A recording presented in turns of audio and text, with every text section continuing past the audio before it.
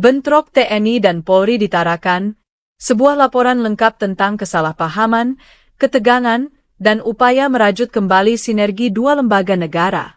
Oleh Redaksi Khusus, Liputan Mendalam. Tarakan, Kalimantan Utara.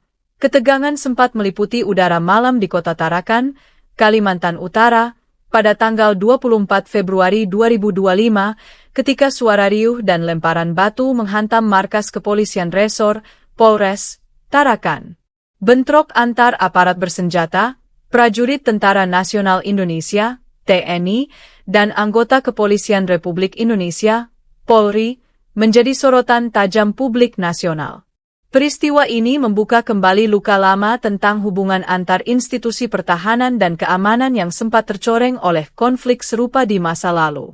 Kejadian ini tidak hanya menyisakan kerusakan fisik pada fasilitas Mapolres Tarakan, tetapi juga menyisakan pertanyaan penting tentang tata kelola hubungan internal antar lembaga negara yang seyogianya bahu-membahu menjaga keamanan nasional. Apa yang sebenarnya terjadi? Mengapa kesalahpahaman ini bisa berujung pada kerusuhan? Dan bagaimana langkah-langkah yang diambil untuk memulihkan keharmonisan dua institusi penting ini? Latar belakang, dinamika hubungan TNI dan Polri di daerah. Sejak dipisahkannya TNI dan Polri pada masa reformasi pasca Orde Baru, hubungan kedua institusi ini mengalami banyak pasang surut. TNI yang sebelumnya merupakan kekuatan pertahanan sekaligus keamanan, kini fokus pada pertahanan negara, sedangkan Polri menangani penegakan hukum dan keamanan dalam negeri. Namun, dalam praktiknya di lapangan, terutama di wilayah terpencil, perbatasan, atau daerah dengan infrastruktur lemah, batas antara fungsi keduanya seringkali kabur. Koordinasi yang tidak optimal, perbedaan pendekatan dalam penanganan masalah, serta ego sektoral seringkali menjadi pemicu gesekan. Awal mula insiden, sebuah pengeroyokan yang belum tuntas. Menurut laporan resmi yang dikeluarkan oleh Kodam Enam Mulawarman melalui Kepala Penerangan Kodam, Kapendam, Kolonel Kaf Kritianto, insiden ini berakar dari kejadian yang terjadi hampir 1 tahun sebelumnya, yakni pada 22 Februari 2024. Seorang prajurit TNI dari Yonif 614 Raja Pandita, RIJP, diduga mengalami pengeroyokan oleh 5 personel Polres Tarakan. Pemicu pastinya masih belum diungkap secara detail, namun disebutkan sebagai bentuk kesalahpahaman di antara kedua pihak.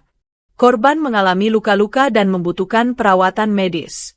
Dalam mediasi internal yang dilakukan kala itu, anggota Polres Tarakan yang terlibat berjanji akan menanggung biaya pengobatan sebesar 10 juta rupiah sebagai bentuk tanggung jawab moral. Namun, janji tersebut tidak ditepati hingga 1 tahun kemudian, memicu rasa frustrasi, kemarahan, dan kekecewaan mendalam di kalangan prajurit TNI yang merasa institusinya tidak dihormati.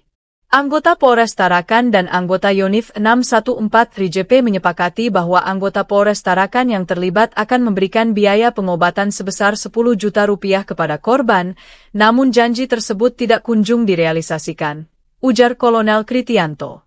Aksi balasan, 20 prajurit TNI menyerbu Mapolres Tarakan. Pada Senin malam, 24 Februari 2025, sekitar 20 prajurit TNI dari Yonif 614 RIJP yang merasa tidak mendapat keadilan, mendatangi Mapolres Tarakan. Tujuan mereka jelas, mencari 5 oknum anggota Polres yang terlibat dalam insiden tahun lalu. Namun, situasi berubah menjadi aksi anarkis spontan. Emosi tak terkendali memicu pelemparan batu dan benda tumpul yang mengakibatkan kerusakan fisik pada Mapolres. Pos jaga menjadi sasaran utama, dengan kaca dan pintu pecah berantakan. Sejumlah kaca jendela bangunan utama juga turut hancur. Dalam aksi spontanitas tersebut terjadi pelemparan batu yang mengakibatkan kerusakan pada kaca dan pintu pos jaga, serta beberapa kaca Mapolres Tarakan, ujar Kapendam Enam Mulawarman. Respons cepat Pangdam Enam dan Kapolda Kaltara. Melihat potensi konflik terbuka, Panglima Kodam Enam Mulawarman, Maijen TNI Rudi Rahmat Nugraha, dan Kapolda Kalimantan Utara, Irjen Pol Hari Sudwijanto, langsung melakukan langkah cepat. Keduanya melakukan koordinasi tertutup malam itu juga, memanggil para komandan lapangan dan petinggi Polres Tarakan. Mereka menyepakati bahwa seluruh pihak yang terlibat akan diproses secara internal dan hukum, serta menekankan pentingnya menjaga sinergi dan nama baik kedua institusi. Pangdam juga mengingatkan bahwa setiap tindakan yang tidak sesuai aturan akan ditindak tegas demi menjaga nama baik institusi, kata Kritianto. Sebagai bentuk pertanggungjawaban, TNI melalui personel dari Yonif 613 kerja turun langsung untuk memperbaiki kerusakan yang terjadi di Mapolres.